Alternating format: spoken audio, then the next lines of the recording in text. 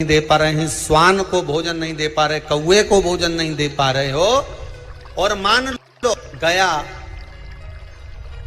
ब्रह्म कपाली या कहीं पिंडदान नहीं कर पा रहे हो, तिलांजलि तर्पण नहीं कर पा रहे हो, तो एक काम जरूर करना, जल के पात्र में 2 बूंद गंगा जल डालना और वो गंगा जल शंकर को रोज 16 दिन तक चढ़ाइए, पितृदोष समाप्त हो जाए।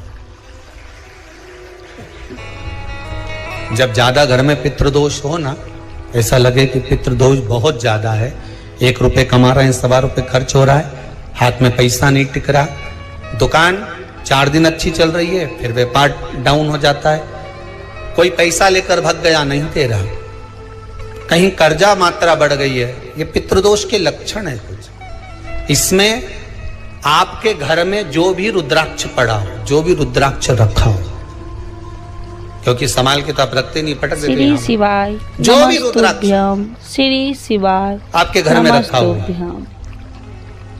एक पानी के पात्र में उस रुद्राक्ष को डाल दीजिए, उसमें 1 चावल का दाना डाल दीजिए।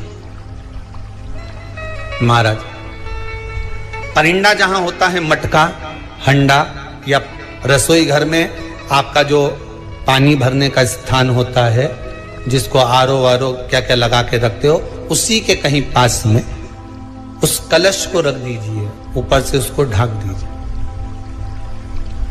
शाम के समय, सुबह रखा 10 बजे से 12 बजे के बीच में, शाम के समय प्रदोष काल में भगवान शंकर का नाम स्मरण कर कर, ओम नमः शिवाय बोलकर, श्री शिवाय नमस्तुभ्यम बोलकर, या महामृत्युंजय मंत्र का स्मरण कर कर, या गायत्री मंत्र का स्मरण कर कर, जो मंत्र आपकी बुद्धि में, विवेक में समाहित हो, उस मंत्र का नाम लेकर राम कृष्ण हरि जो बोल सकते हो, एक घी का दिया अवश्य प्रज्वलित करें, लंबी बाती का। कौन सी बाती का? फूल बत्ती का नहीं, गोल बत्ती का नहीं, लंबी बाती का। बत्ती का मुख दक्षिण की ओर, कहां पर होना चाहिए? दक्षिण की ओर, ना पूरब, ना पश्चिम, ना उत्तर, बत्ती का मुख कहां हो? दक्षिण की ओर। जैसे श्राद्ध पक्ष में ब्राह्मण को जब भोजन कराते हैं तो ब्राह्मण का मुख श्राद्ध पक्ष के भोजन कराते समय अगर पूरब, पश्चिम और उत्तर का होता है तो श्राद्ध के भोजन का फल नहीं मिलता, उसका मुख दक्षिण का होता है, तो हमारे घर के जितने भी पितर उस तिथि में गए होते हैं सबको उसका भाग मिल जाता है और पितृदोष समाप्त हो जाता है। इसलिए ब्राह्मण का मुख श्राद्ध पक्ष में भोजन कराते समय दक्षिण का होना चाहिए। श्री शिवाय नमस्तुभ्यम, श्री शिवाय नमस्तुभ्यम। ब्राह्मण का मुख दक्षिण का हो।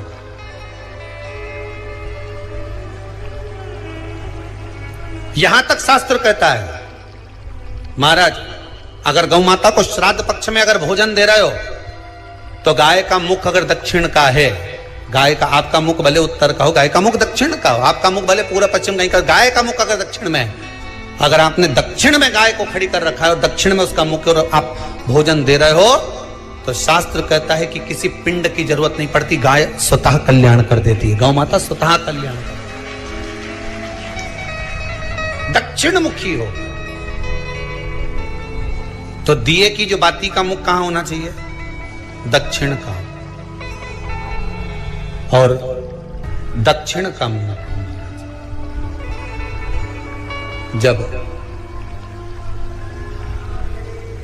जब दक्षिण का मुख हो, दक्षिण की ओर बाती हो महाराज, तब दक्षिण की बाती जलाने के बाद में भगवान से वहीं पर प्रार्थना करें। जो कलश रखा है उसके ऊपर जो प्लेट रखी है, ढाका गया है, वहां अपना सीधा हाथ रखें और अपने पूर्वजों का, अपने पितरों का स्मरण करें कि मेरे धन को लेकर कोई चले गया, मेरा व्यापार ऐसा चल रहा है, मेरा घर में बच्चों का विवाह नहीं हो रहा, या घर में इतनी अशांति है, या तकलीफ है, या कष्ट है, ये सब का स्मरण कर कर उस कलश को रात्रि भर रखे रहने दें। सुबह स्नान आदि करने के बाद फिर एक घी का दिया दक्षिण की ओर लगाकर सुबह 10 बजे से 12 बजे के बीच में उस जल को शिव जी को समर्पित कर आ जाएं और वो रुद्राक्ष लेकर वापिस आ जाए। महाराज वापिस आ जाए, उस रुद्राक्ष को अपने घर में रख दीजिए। वर्ष भर वो रुद्राक्ष आपको कभी बीमारी से नहीं घिरने देगा, कभी किसी जगह खड्डे में नहीं जाने देगा, वो उन्नति की ओर ही बढ़ाएगा। भले कोई भी रुद्राक्ष हो, 1 मुखी से लेकर 14 मुखी, 20 मुखी, 18 मुखी, जो रुद्राक्ष आपके पास में, आप तो उसका स्मरण करिए। आप उसका स्मरण करिए। आपको लगता है कहीं कहीं कि मेरे पितर मुझ पर क्रोध कर रहे हैं, आपको कभी कभी लगे कि मेरे ऊपर पितृ दोष लगा हुआ है या पितरों का श्राप लगा हुआ है, या हमारे यहाँ पर लोग अधोगति में ज्यादा मर जाते हैं, हमारे यहाँ ये काम ज्यादा हो जाता है, तो निवेदन है, श्राद्ध पक्ष चल रहा है, प्रयास करिएगा। एक चावल की कटोरी में, कटोरी के अंदर थोड़ा सा चावल रख लीजिए कच्चा, उस चावल की कटोरी में एक बेलपत्र, श्री शिवाय थोड़ी सी दुर्वा, श्री शिवाय नमस्तुभ्यम, बांधकर पानी का मटका, परिंडा या जहां अपना रसोई घर में जल रखते हो, उस कटोरी को वहां पर 2 दिन 3 दिन तक रख दो। वैसे तो 16 दिन रखो ज्यादा अच्छा था, पर जो दिन अपने को मालूम है 2-3 दिन उसको रख दीजिए। घी का दिया लगाइए। 3 दिन के बाद में उस दुर्वा को, उस बेलपत्र को शिव बाबा को समर्पित कर दो। चावल पूरे घर में घुमाने के बाद चिड़िया को या नदी में या किसी जीव को प्रदान कर दो। महाराज पितृदोष निवारण का सुंदर तरीका। कल आपको वो काम नहीं हो रहा है, बहुत दिनों से आप प्रयास कर रहे हो और काम अटका पड़ा हुआ है, तो प्रयास करना। जल के पात्र में थोड़ा सा शहद, गंगा जल उसमें डालकर, ये जो श्राद्ध पक्ष चल रहा है, जिस समय पर, जिस श्राद्ध पक्ष के अंतर्गत, श्राद्ध पक्ष में एक पात्र में जल लेकर उसमें थोड़ा सा शहद, गंगा जल डालकर भगवान शंकर को कुंदकेश्वर महादेव के नाम से, कौन से महादेव? कुंदकेश्वर, क्योंकि विदल और उत्पल इन दोनों असुरों ने, राक्षसों ने जब बहुत उपद्रव मचाया, ठीक, जब बहुत उपद्रव मचाया, तब माता जगतजननी के कहने पर कुंदुक का प्रहार कर इन दोनों राक्षसों का संहार करा था। तो शिवजी का नाम कुंदकेश्वर पड़ गया था। क्या नाम पड़ा था? कुंदकेश्वर। कहते हैं बहुत बांधाओं में जब व्यक्ति पड़ जाता है, बहुत बांधाओं में जब व्यक्ति चला जाता है, कुछ ना कुछ समस्याओं में जब व्यक्ति फंसा रहता है, पड़ा रहता है, तो कुंदकेश्वर महादेव का स्मरण करना चाहिए। एक प्रयास और करना, प्रैक्टिकल करने में क्या जाता है। दुकान पर ग्राहक नहीं आ रहे ना,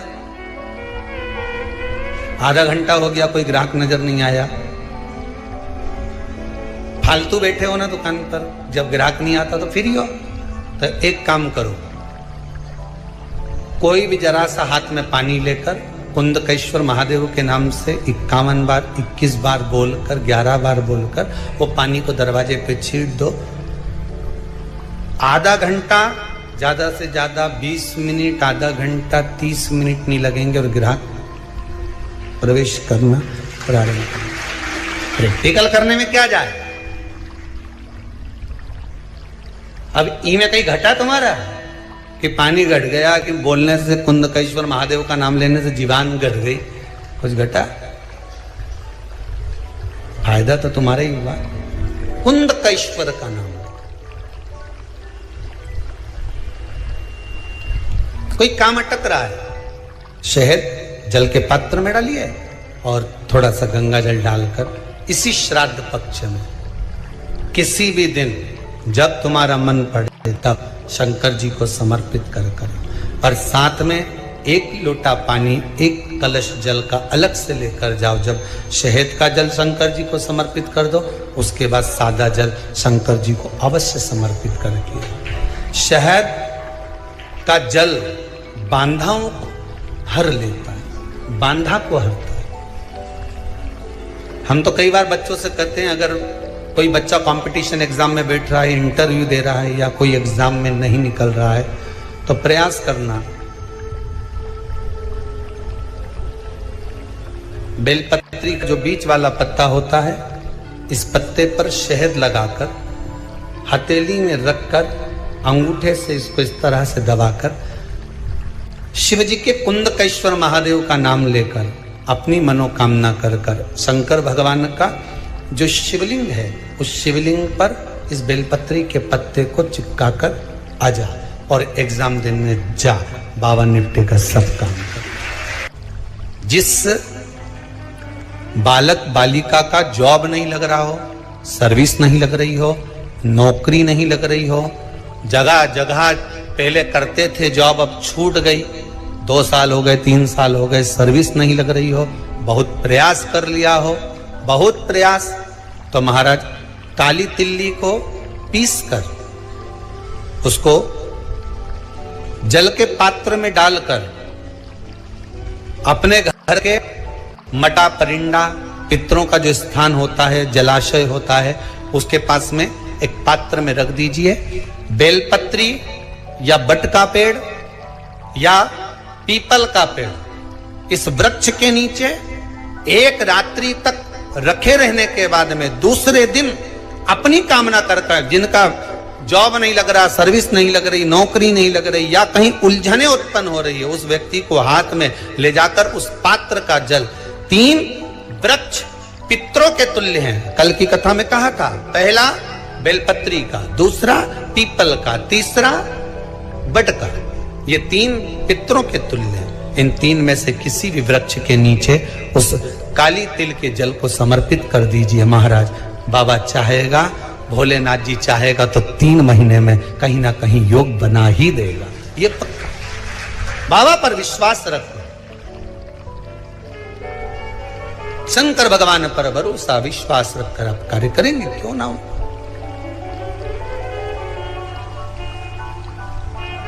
श्राद्ध पक्ष में महाराज पीपल के पेड़ के नीचे मात्र काली तिल्ली का पानी ही डाल देने से पितृदोष का निवारण हो जाता है। किसी लड़के की लड़की की विवाह शादी नहीं हो रहा हो, मंगल विवाह नहीं हो रहा हो, पानी के लोटे में थोड़ा सा काला तिल डालकर श्राद्ध पक्ष में पीपल के पेड़ के नीचे चढ़वा दीजिए। महाराज पितरों की शांति होती है, घर में मंगल कार्य होता है, मंगल कार्य हो जाता है, पितृदोष का निवारण होता है। बहुत रोग घिर गया, ऐसा लग रहा है कि बहुत बड़ी बीमारी शरीर में आ गई है, वो मिट नहीं रही, बीमारी बहुत बड़ी है, नहीं जा रही। सरसों का फूल भगवान शंकर को चढ़ाना प्रारंभ कर दो। सरसों तो आप अपने घर के अंदर भी बो सकते हो, उसमें पीला फूल ही जाता है, शिव जी को चढ़ाना चालू कर दो, बीमारी समाप्त होना प्रारंभ। शिव को समर्पित किया गया एक एक भाग, एक एक भाग। महाराज लगे ऐसा कि घर में शांति नहीं है, सुख लक्ष्मी तो है, परिवार भी छोटा है पर शांति नहीं। जब देखो जब किसी ना किसी का मुंह चलता रहे, क्रोध में बोलते रहें, शब्दों के तीर चलते रहें, शांति नहीं है। प्रयास करिए श्राद्ध पक्ष में जिस समय पर ब्राह्मण को भोजन करने के लिए बिठाएं या श्राद्ध पक्ष के अंतर्गत ब्राह्मण जब घर में भोजन ग्रहण कर रहा हो, उस समय पर थोड़ा सा कोई सुगंधित पदार्थ, इत्र आदि पानी के मटके के पास परिंदे के पास में, जलाशय के पास में उस इत्र को थोड़ा सा कोई रुई में रखकर छोड़ दीजिए। घर में श्री कभी शिवाय क्लेश नहीं हो नमस्तुभ्यम। शांत श्री का शिवाय माहौल नमस्तुभ्यम। पितृपक्ष में किया जाए, पितृपक्ष। और एक बात और अच्छे से ध्यान रखिएगा, आप ब्राह्मण को भोजन कराएं ना कराएं, आपने धूप छोड़ी ना छोड़ी वो पता नहीं, गाय को रोटी दी ना दी, स्वान को भोजन दिया ना दिया, कौवे को भोजन दिया ना दिया, चलेगा। पर जिस दिन अमावस्या के दिन पितृपक्ष समाप्त हो, उस दिन प्रदोष काल में, प्रदोष के समय पर, प्रदोष काल में शाम के समय पर जाकर किसी भी नदी, तालाब, बावड़ी, कुआं, कहीं ना कहीं जो आपके पास में हो, वहां पर एक घी का दिया, बत्ती का मुंह दक्षिण की ओर कर कर अवश्य जला कर जाना। सारे पितृदोष समाप्त हो जाएगा, सारा पितृदोष समाप्त। अमावस्या के दिन किसी भी जलाशय के पास में, नदी, तालाब, बावड़ी, कुआं, जो आपके शहर में, आपके गांव में, आपके नगर में हो, वहां जाकर लगा दे। अगर नदी, तालाब, बावड़ी, कुआं नहीं है तो पीपल का वृक्ष हो या बेलपत्री का वृक्ष हो या बट का वृक्ष हो, उसके नीचे लगा दो प्रदोष काल में। पर अमावस्या के दिन लगाएं जरूर। क्यों? क्योंकि अमावस्या 16 दिन तक पितृ मृत्यु लोक में आने के बाद में भोजन ग्रहण करते हैं। अमावस्या के दिन पितृ शाम के समय प्रदोष काल में शंकर भगवान का नाम जाप कर कर नदी, तालाब, बावड़ी पर पानी पीने जाते हैं। वहां से जल का आचमन कर कर पितृ अपने लोक को चले जाते हैं प्रदोष काल के समय पर। इसलिए प्रदोष काल में जलाशय के पास में, बावड़ी, कुआं, नदी, तालाब के किनारे पर दिया लगाया जाता है दक्षिण की ओर मुख कर कर बत्ती का। तो पितृ आशीर्वाद देते हुए जाते हैं कि फलो फूलो, आगे बढ़ो, उन्नति करो, तरक्की करो। ये पितरों का आशीर्वाद रहता है, पितरों का वर रहता है। आप देंगे उसको मिलेगा, कुछ करा ना करा। फिर अमावस्या के दिन, जिस दिन पितृपक्ष समाप्त हो, उस दिन दिया दक्षिण की ओर बाती का मुख कर कर। महाराज एक बात बहुत अच्छे से समझ लीजिए, जिसके घर में क्लेश होता हो, अशांति रहती हो, क्लेश रहता हो, या छोटी छोटी बात पर विवाद चालू हो जाता हो, या पति पत्नी में, परिवार में, सास बहू आदि कादिक में कहीं ना कहीं कुछ अगर विवाद रहता हो, तो शास्त्र कहता है ऐसा बेलपत्री की डंडी रहती है ना, बहुत ध्यान दीजिएगा महाराज। श्राद्ध पक्ष की कथा चल रही है, शिव महापुराण आज विराम की ओर है, ध्यान दीजिएगा।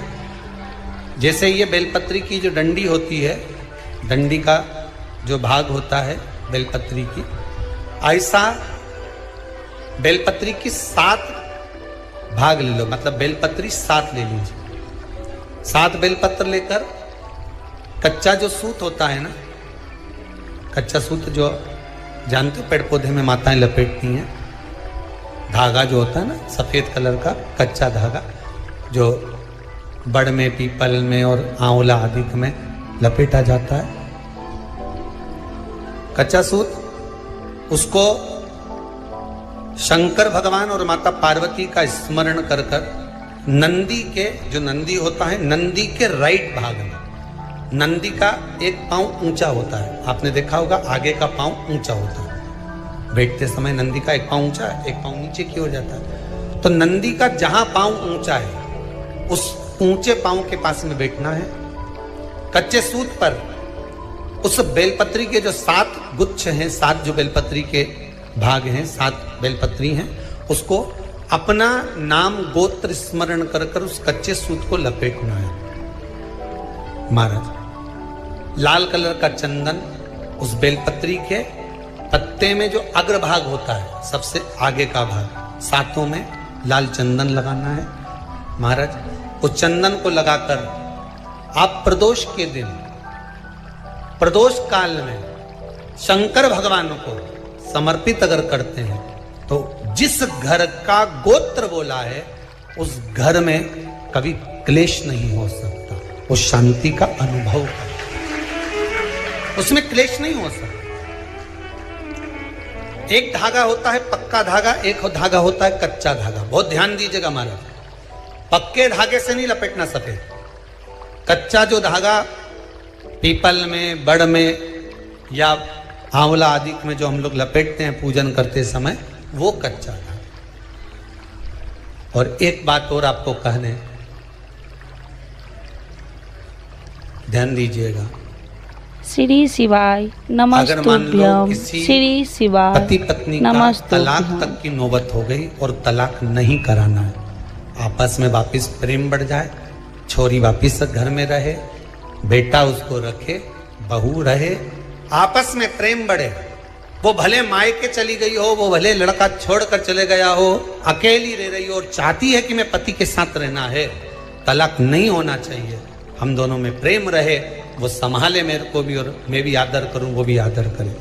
तो मेरा निवेदन है, कच्चा जो सूत होता है, कच्चा जो धागा होता है, नंदी के ठीक पीछे बैठकर कोई साथ में आपके परिवार का कोई व्यक्ति चले जाए और हस्तकमल को, जिसको अपने परिवार में वापिस रहना है, उस स्त्री हो या पुरुष हो, दोनों में से कोई भी नंदी के पीछे बैठकर सोमवार की जिस दिन अष्टमी पड़े उस दिन नंदी के पीछे बैठकर हाथ को ऐसा बंद करना है, हाथ में एक बेलपत्री रखना है सीधी सीधी, बंद कर कर 7 बार उस हाथ पर कच्चा सूत लपेट देना है। उस सूत को वापस निकाल लेना है बेलपत्री के साथ। बेलपत्री के साथ में, और बेलपत्री को तो अपने पास में रखना। सबसे पहले माता पार्वती का जो हस्तकमल ऐसा होता है शिव मंदिर में, उस हस्तकमल में वो सूत जो आपके हाथ से निकला है वो उसमें डाल देना है, माँ जगत जननी से प्रार्थना कर कर। और जो बेलपत्री आपने संबंध को जोड़ने के लिए अपने हाथ में ली है, वो शंकर भगवान के कटी भाग में है। फिर निवेदन करूंगा, कटी भाग को समझ लीजिए।